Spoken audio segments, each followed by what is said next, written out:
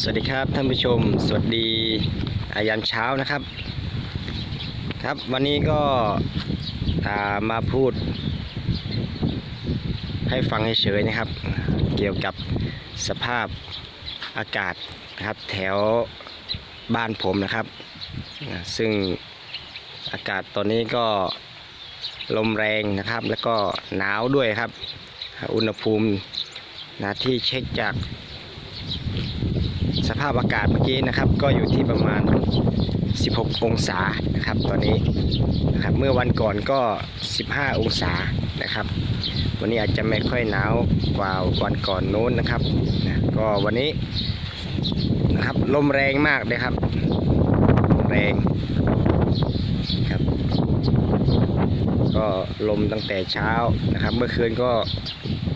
ลมแรงมากเหมือนกันนะครับแต่ตอนนี้ผมก็อยู่แดดนะครับมันก็เลยอบอุ่น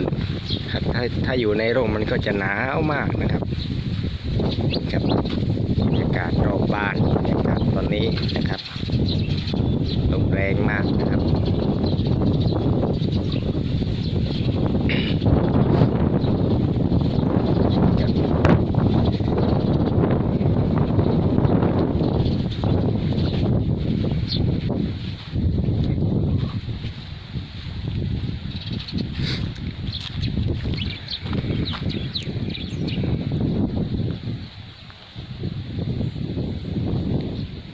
วันนี้ก็วันหยุดนะครับหยุดเป็นวันพระบรมราชสมภพนะครับ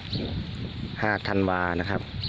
จริงๆในหมู่บ้านนะครับก็จะมีกิจกรรมครับก็คือให้ชาวบ้านนะครับไปช่วยกันนะครับทำความสะอาดบริเวณถนนสถานที่สำคัญต่างๆในหมู่บ้านนะครับแต่วันนี้เนื่องจากติดภารกิจหลายสิ่งหลายอย่างนะครับก็เลยไม่ได้จัดนะครับก็น่าจะเป็นวันสำคัญถัดไปนะครับก็ซึ่งผมเองทุกปีเนี่ยผมก็ไปช่วยนะครับจิตอาสาไปช่วยนะครับในการทำความสะอาดซึ่งปีนี้ไม่ได้ไปนะครับเพราะว่าไม่ได้จัดด้วยนะครับก็นะครับสภาพอากาศที่บ้านผมนะครับก็ลมแรงนะครับหนาวนะครับอุณหภูมิก็15องศานะครับเพื่อนๆที่ดูอยู่ตอนนี้นะครับที่บ้านของ